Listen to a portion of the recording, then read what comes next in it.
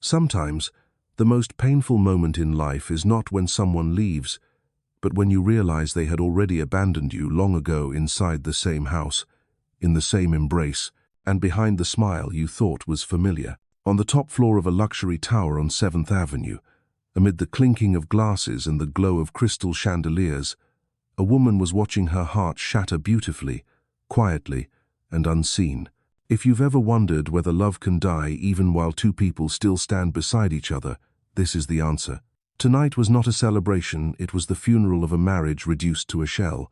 Charlotte Williams-Hale stood silently in the corner, hand tightening around her champagne flute, eyes fixed on the man who was once the love of her life, Dorian Hale, founding CEO of Hale Legacy Resorts, now laughing loudly with cigar-smoking men and women in silk gowns, slit high at the thigh. The $28 million penthouse on 7th Avenue glowed under gilded ceilings and fireworks bursting from the rooftop, as if to honor something grand, everything but love. White peonies carpeted the floor, and classic jazz floated in the air like the soundtrack to a film in which she was no longer the leading character. It was their 6th wedding anniversary, and Charlotte, 8 weeks pregnant, had prepared carefully to share her joyful secret. She chose a lilac Oscar de la Renta dress, the same design she had worn the first night they met at an art symposium in Soho. Back then, Dorian looked at her as if she were a living masterpiece. Now, he didn't even notice she had cut her hair. "Charlotte, darling," a shrill voice rang out. Whitney Ford, wife of a Connecticut state senator and the most envious woman in New York high society, approached with a martini swirling in her hand. "You really do have that classic style, but you look a bit tired, don't you? Don't tell me you've got some good news." Charlotte smiled faintly, the smile she had learned to wear after hundreds of parties in a world that no longer belonged to her. Just a little light-headed. Whitney didn't hear, or rather, didn't care. Her gaze had already shifted to the circle around Dorian, where laughter rang like bronze bells. He's the main character every time there's a spotlight. Dorian could talk about profit margins and still make women blush. So when are you two finally having a baby? Everyone's waiting. Whitney laughed loudly before drifting away like a breeze, scented with menthol cigarettes. Charlotte held her breath. This was the moment. She hoped Dorian would turn back, smile, take her hand and let her say, "We're having a baby." She had imagined his voice breaking with emotion, his eyes lighting up, both hands cradling her, and the future they were about to share. Instead, she heard him say with a half-mocking tone, "Children? With Charlotte? She can't even manage being a proper wife, not a mother." Silence rippled through the group like an electric current. Some laughed nervously, a few rolled their eyes, but no one spoke up, and Dorian carried on, still sipping Glenlivet 21, as if his words were merely an update on an underperforming investment. "She's like an expensive piece of furniture in the wrong place. No matter how you turn it, it never makes the room look better."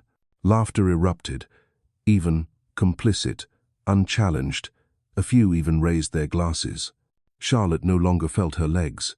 The champagne glass slipped from her hand, shattering on the Carrara marble floor. The cracks in the crystal mirrored the fractures in her heart, except no one could see them.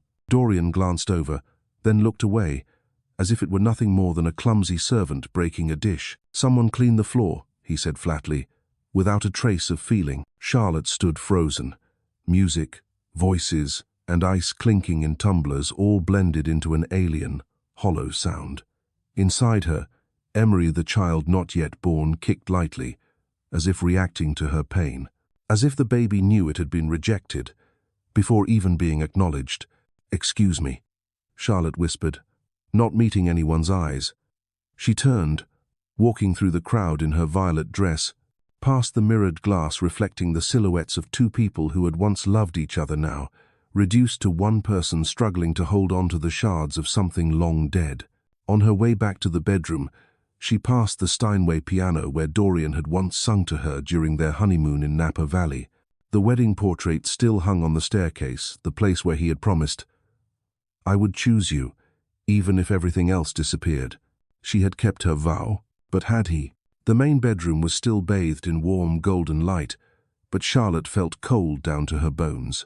She stood before the full-length mirror, staring at the woman reflected. brown hair tied loosely to the side, faded lipstick, the elegant lilac gown once tailored just for her, and eyes hollow to the point of terror. This was not the wife of a multi-millionaire CEO. This was a soul eroded by neglect. She sat down on the bed, the same bed where they had once made love like madmen, fought and made peace again with embraces that lasted until morning. Now it was only her and the old wooden box locked away in the third drawer. The box held every letter Charlotte had ever written to Dorian over the past 3 years, each time she felt lonely, wounded, or desperate. A letter on her 32nd birthday, when Dorian forgot and flew to Miami to catch up on a new investment trend.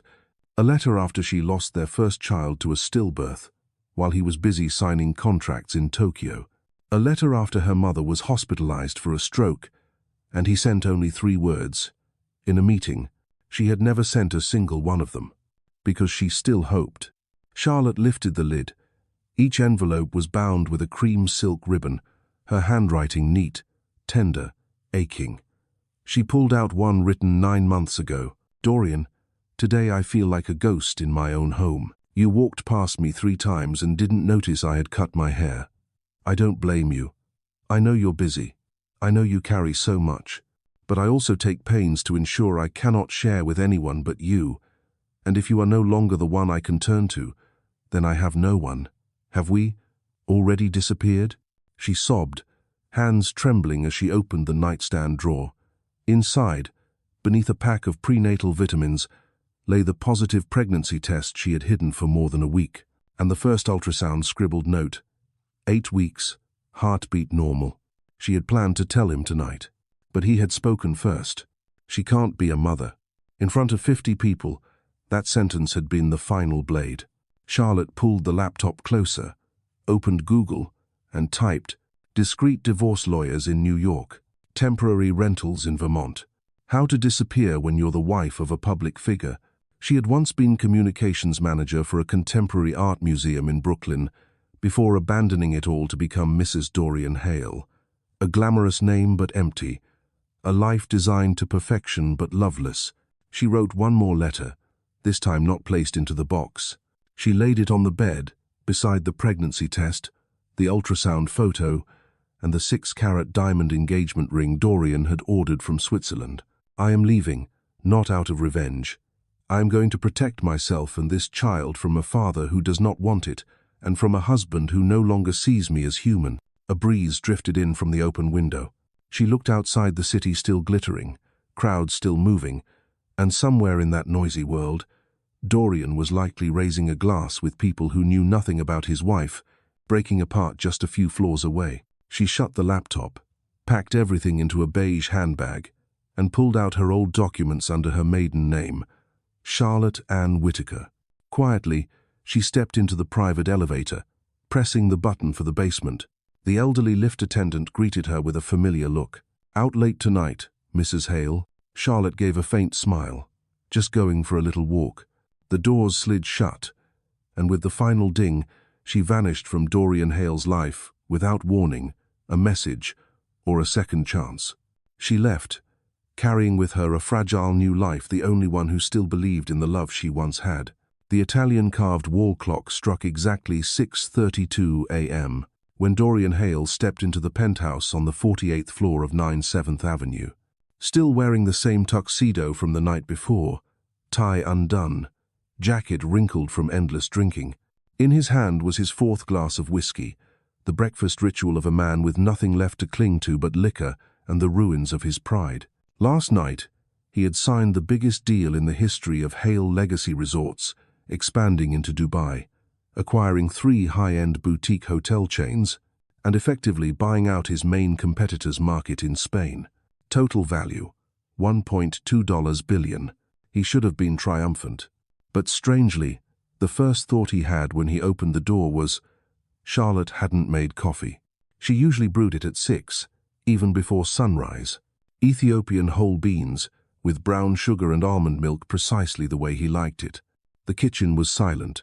No coffee aroma, no sound of pans clattering, no morning news radio, no Charlotte. Still mad, he muttered, his voice hoarse from lack of sleep. He climbed the spiral staircase with ebony handrails leading to the second floor, the main bedroom framed by glass walls, looking out onto Central Park. Morning light streamed onto the white marble floor, exposing the first thing that made him freeze. The bed was still neatly made, no Charlotte, no nightgown draped over the headboard, no grey slippers she wore to the kitchen. But what made Dorian collapse was the wooden box lying in the center of the bed like a silent indictment. The antique box, with its rosewood grain, was Charlotte's family heirloom. The last time she had shown it to him was when they got engaged. He had promised, "You no longer need to hold onto the past. Your future is me." He lifted the lid, and then the world fell apart. On top lay her wedding ring. Beside the engagement ring custom-made in Milan, the one he had chosen after 3 sleepless weeks, searching for the perfect stone for the perfect woman. Beneath the rings was the ultrasound photo. His chest tightened, printed in the corner. 8 weeks. Below it, handwritten in blue ink, "Baby Whitaker, Hale, healthy, strong, heartbeat confirmed." "No," Dorian whispered. His eyes blurred not from alcohol, but from shock, and from something more profound than fear, truth. He pulled out the stack of letters. Each envelope was cream-colored and written in Charlotte's distinctive slanted script. "Dorian, today is my birthday. You forgot again, like every year.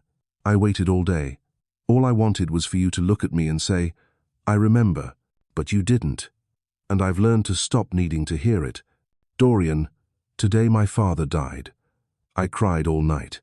You told me to be quiet because you had a Zoom meeting with Arab investors. I stayed quiet. But my heart did not. Dorian, today I found out I'm pregnant. I planned to tell you when you got home, but you came back at 1:45 a.m., reeking of liquor and another woman's perfume. I held the test in my hand and went to bed, facing the wall, keeping the miracle to myself." His hands shook. For the first time in his life, Dorian Hale, the man once on the cover of Forbes for his vision and steel resolve, collapsed, not because of a failed deal, but because he had lost the only person who had ever truly seen him, not through balance sheets. The whiskey glass slipped from his hand. It shattered not just glass, but the illusion that he was still a husband. He pulled out the final letter. The paper still carried the scent of fresh ink. "Dorian, I was going to tell you last night that I am carrying our child. But you said all of New York. I wasn't fit to be a mother. I heard every word. And so did the baby inside me. I am not running. I am saving myself and this child from a place where love is treated as a burden. I don't need money. I don't need a house. I need to be myself again, a person, not an ornament in your life. I am leaving, not because I hate you, but because I once loved you so much. I could no longer love myself." He collapsed fully onto the cold marble floor, clutching the letter. The room, once a symbol of triumph, now felt like the tomb of a love already dead. Outside the glass walls, morning sunlight spread across the skyscrapers. The city awakened, people rushed to work, stocks climbed, money pulsed like blood through the system. But one thing could never be reclaimed: the woman he thought would always be there, who had vanished without a trace. Dorian sat frozen in the leather chair of his office, on the 70th floor of Hale Tower, the Empire's headquarters bearing his father's name, Everett Hale. The glass wall behind him looked out over the Hudson River. Everything was business as usual. Stock prices were up 2.8%. The Dubai team requested contract updates, and the PR department submitted its fall campaign report. But for Dorian, the world had already plunged into an abyss. In front of him sat 3 people, New York's top private investigators, whom he had hired hastily the night before after failing to reach Charlotte. They all gave the same answer: no trace. Lead investigator Rebecca Torres said, her voice as calm as if she were reporting the weather. She vanished cleanly, efficiently, and brilliantly, cash only for 2 weeks. No credit, no digital location, no phone records, no mainstream attorney, no camera footage. She didn't run, she orchestrated an escape. The office seemed to close in on him. "You're saying she planned this?" Rebecca nodded. "Not panic, a calculated withdrawal. Someone helped her. And whoever it was, they knew how to disappear from men like you." Dorian shut his eyes. A vision of Charlotte appeared sitting on the windowsill, hair loose, holding a book, her gaze drifting far away. He had thought it was melancholy. Now he realized it had been strategic loneliness. Find her, no matter what it costs. Find her. We're already trying. But there's a problem. Rebecca leaned forward, hands on the table, eyes fixed on him. When a woman disappears without a trace, it's usually because she doesn't want to be found. She stood and gathered her folder. The two others nodded politely and left. The door hadn't fully closed when Chloe Park, Dorian's assistant, stepped in. She carried a yellow file, her face stiff as if she had seen a corpse. "Do you want me to schedule the Zoom call with Dubai?" "No." His brow furrowed. "What is it?" Chloe hesitated, then spoke, her voice low, but sharp as a blade. "Do you remember how Charlotte used to bring coffee to the finance floor every morning? Rain or shine, even when she was tired. She remembered every intern's birthday. When a security guard broke his leg, she drove to the hospital to bring him soup. Do you remember that?" Dorian said nothing. Chloe placed the file on the desk. "My own collection from 18 months working for you. Texts Charlotte sent that you never answered. Holidays you forgot. Events you cancelled at the last minute. Meetings where you called her weak, troublesome, unprofessional in front of the entire board." He flipped through a page. A transcript. "I didn't marry an emotion generator. She's my wife, not an executive. If she can't understand that, then let her stay home, forever." Dorian's throat tightened. "You? Kept these? Since when?" "Since I saw Charlotte crying in the elevator. 3 times. She picked up her bag. I once respected you. Now, I can't look at you without wanting to turn away. You're resigning?" "No." Chloe paused at the door. "I'm escaping." She closed it behind her, leaving Dorian in silence. Not 10 minutes later, the door opened again. This time, it was someone he could not ignore. Eleanor Hale, his mother, the most powerful woman in New England. Petite, silver hair tied neatly back, clad in a chocolate trench coat, her gaze sharper than the numbers scrolling across NASDAQ. "Hello, son." Her voice was cold. "You came to—" "No. I came to slap you in the face." She tossed an envelope of photographs onto the desk. Inside, Charlotte holding Eleanor's dog in Connecticut. Charlotte laughing while baking Christmas cookies with her. Charlotte walking by her side around Stamford Lake. "You forgot my birthday 3 years in a row." Charlotte didn't. She baked, brought flowers, and wrote me cards in her own hand. She hugged me and called me her dream mother. "And what did you do? You made her disappear." Dorian's voice cracked. "You know. She was pregnant?" "I know. I knew a week before she left because she wrote me a letter, not pleading, not blaming. To say that my son, though a terrible husband, still had a chance to be forgiven." For the first time, Eleanor's eyes welled with tears. "You forgot that a wife is not a title. A wife is the one who stays when the world turns its back, and you were the one who turned first." Dorian buried his face in his hands. Every accolade, trophy, and glowing headline is now on a shelf. "Mother," he whispered, "do you think—" "I can atone." Eleanor placed a hand on his shoulder. "You don't need to save this empire. You need to save what's left of your humanity. And if you want to find Charlotte, go with your heart, not your schedule. She vanished from your world because she couldn't live." Dorian watched his mother leave, clutching the ultrasound photo in his hand. In that moment, he knew, to find the woman he loved, he would have to sacrifice everything he had once called success. Her new name was Lena Whitaker, which she had borrowed from her late grandmother. Simple, modest, light enough to step into a world where no one knew she had once been the wife of Dorian Hale, the man whose face graced Forbes covers and haunted every nightmare she carried. Cascade Bay was a coastal town in Oregon, where the waves lapped gently and the sky never hurried. Here, life wasn't measured by Wi-Fi speed or stock prices, but by the time people gave each other, by genuine greetings, and by the smell of coffee every morning from Moonlight Cafe and Books, the little bookstore where she worked part-time.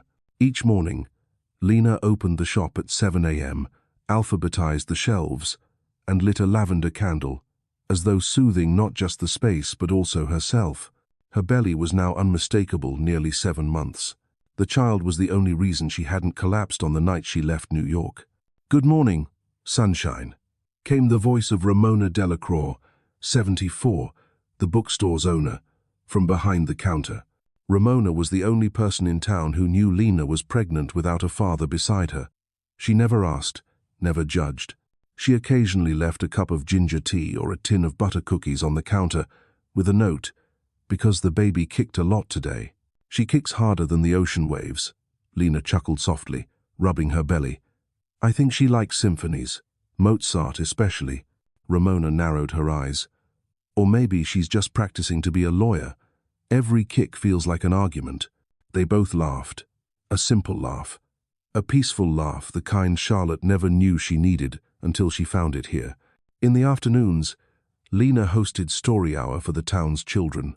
She named the program Brave Little Hearts, where each week the kids learned about princesses who didn't wait for princes, dragons that could cry, and heroes who knew how to apologize.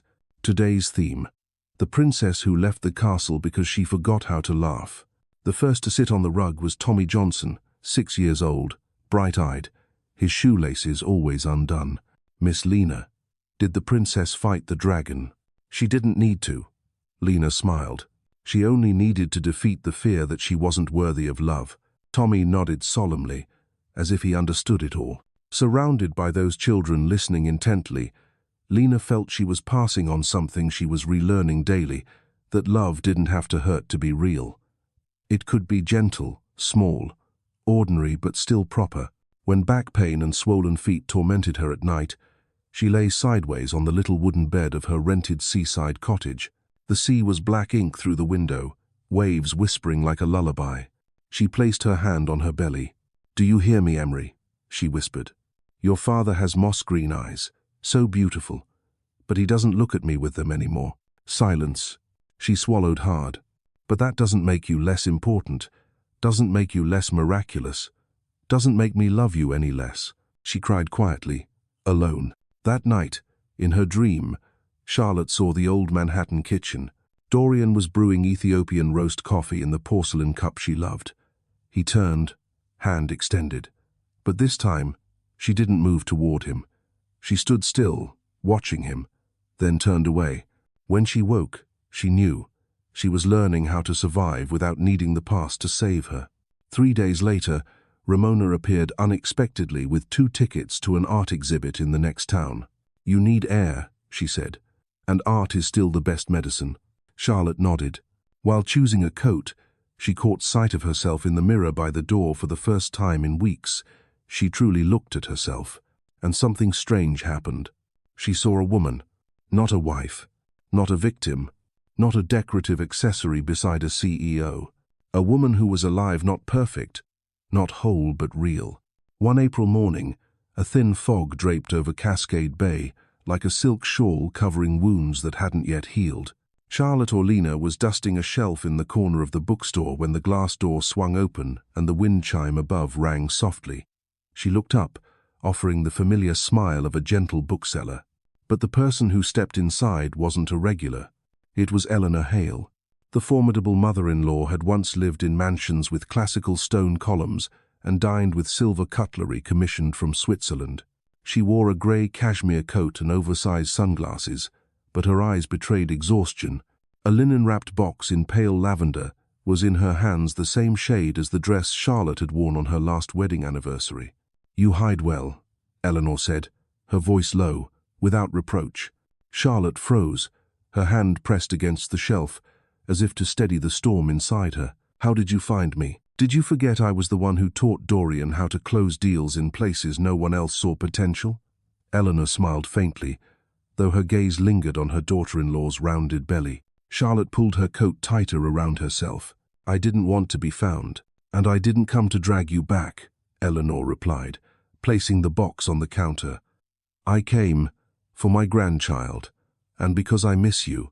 That final line cracked the ice between them, small but deep. They sat on the sofa by the window, where sunlight filtered through white curtains, gentle enough to finally allow 2 guarded women to lower their defenses. "I know Dorian didn't tell you about the baby," Charlotte began, trembling. "No," he said nothing. But I don't need my son's words to know my daughter-in-law is in pain. Eleanor opened the box. Inside lay a hand-knit ivory blanket, embroidered with the words, "To the one who will change everything." "I made this the night I read your letter," Eleanor said softly. "You didn't ask me for anything, but I knew you needed to know someone was waiting for you, not for your title, but for love." Charlotte broke into tears, not from anger, not from regret. But at last, someone chose to believe in her without justification.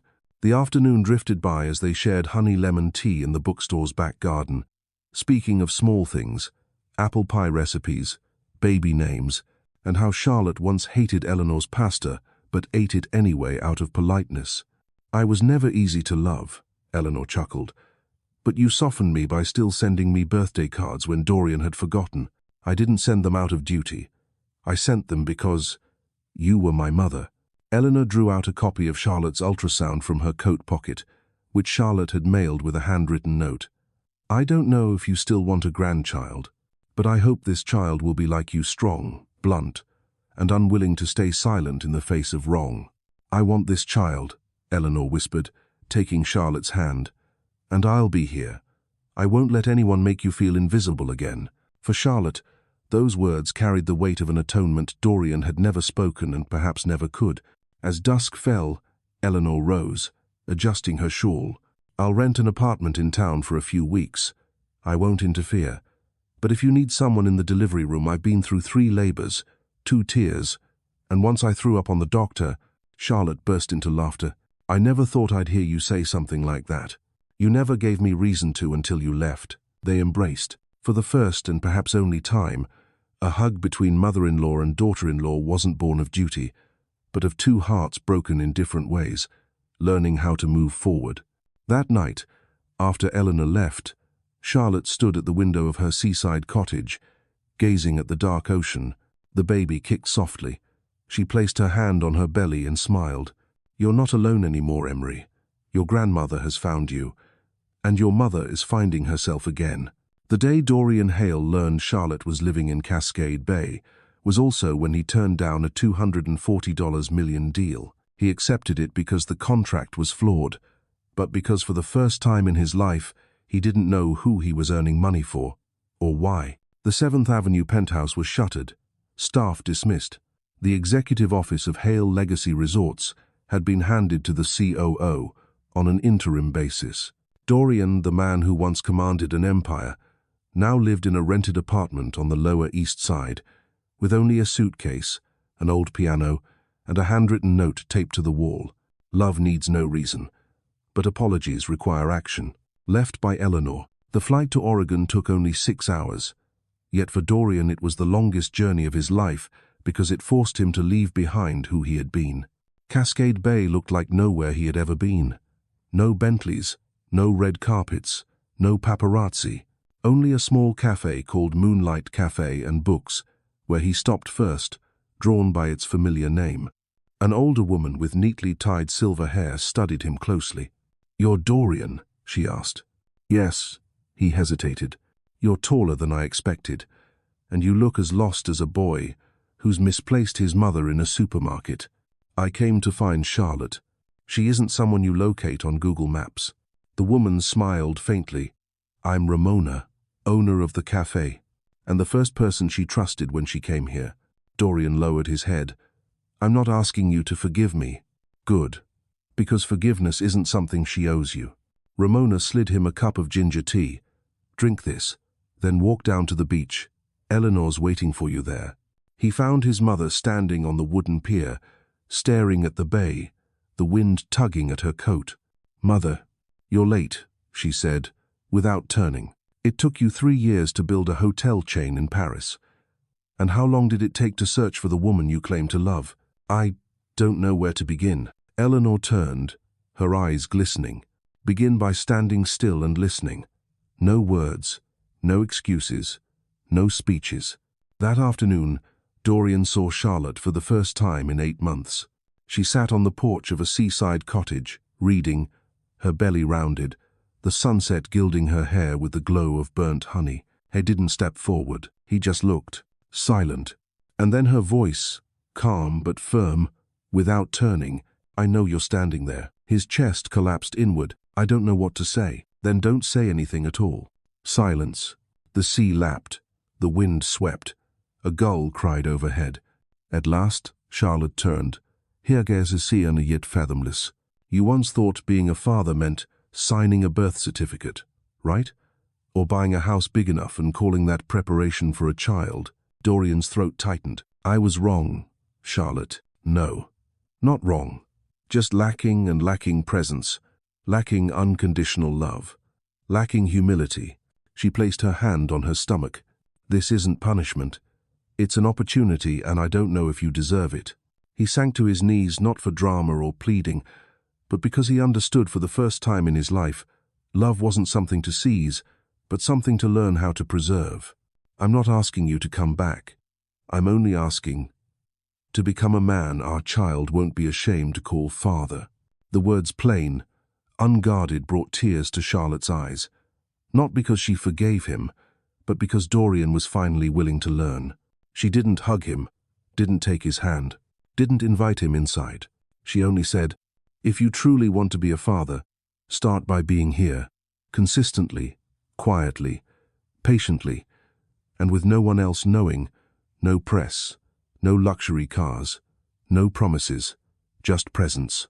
And he nodded. That day, Dorian Hale ceased to be a millionaire. He was only a man learning to be a father, step by step, breath by breath, unseen by the world. May 22, 3 to 12 a.m. The window slammed against the sea wind, jolting Charlotte awake. The first contraction came. No warning, no mercy. She sat bolt upright, gasping, clutching her belly, the pain not just in her body but as if someone were crushing every memory she had left.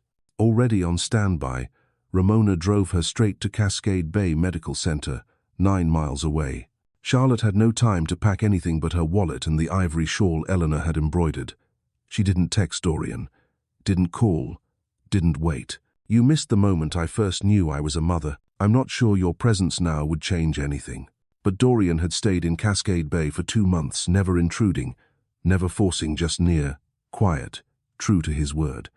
And when Ramona called, he didn't ask why. He only said, "I'm on my way." At delivery room 3, 4:28 a.m., Charlotte screamed for the 11th time. The nurse said she was 8 centimeters. The baby was descending fast.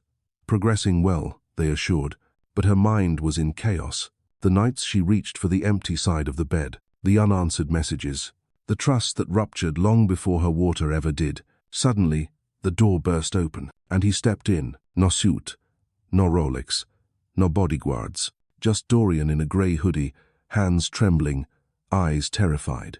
"Can I be here?" he asked, voice small as a child's.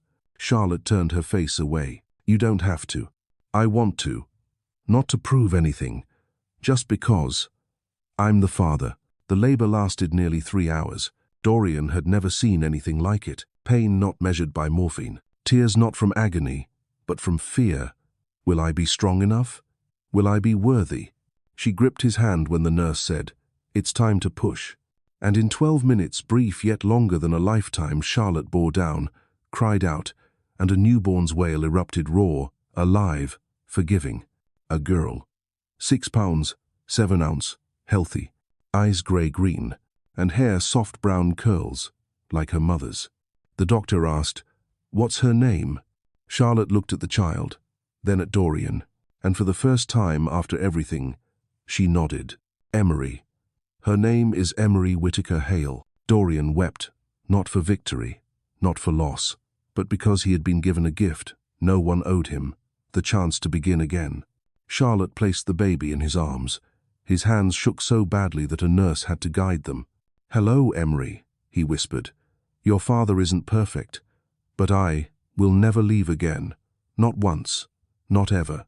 Later, when only 3 remained a fragile family, a deep fracture, and a fragile new life, Charlotte said, "The delivery room isn't just where our child was born. It's where you stood trial, not before a judge, but by how you chose to love quietly, without control, without calculation. And today, I forgive. But I do not forget." Dorian nodded. "I don't want you to forget. If that's all you'll allow, I only want to keep loving you as a father, not a husband." Charlotte looked at her sleeping daughter and whispered, "We'll rewrite everything, not as before, but as two new people, and it begins with being present."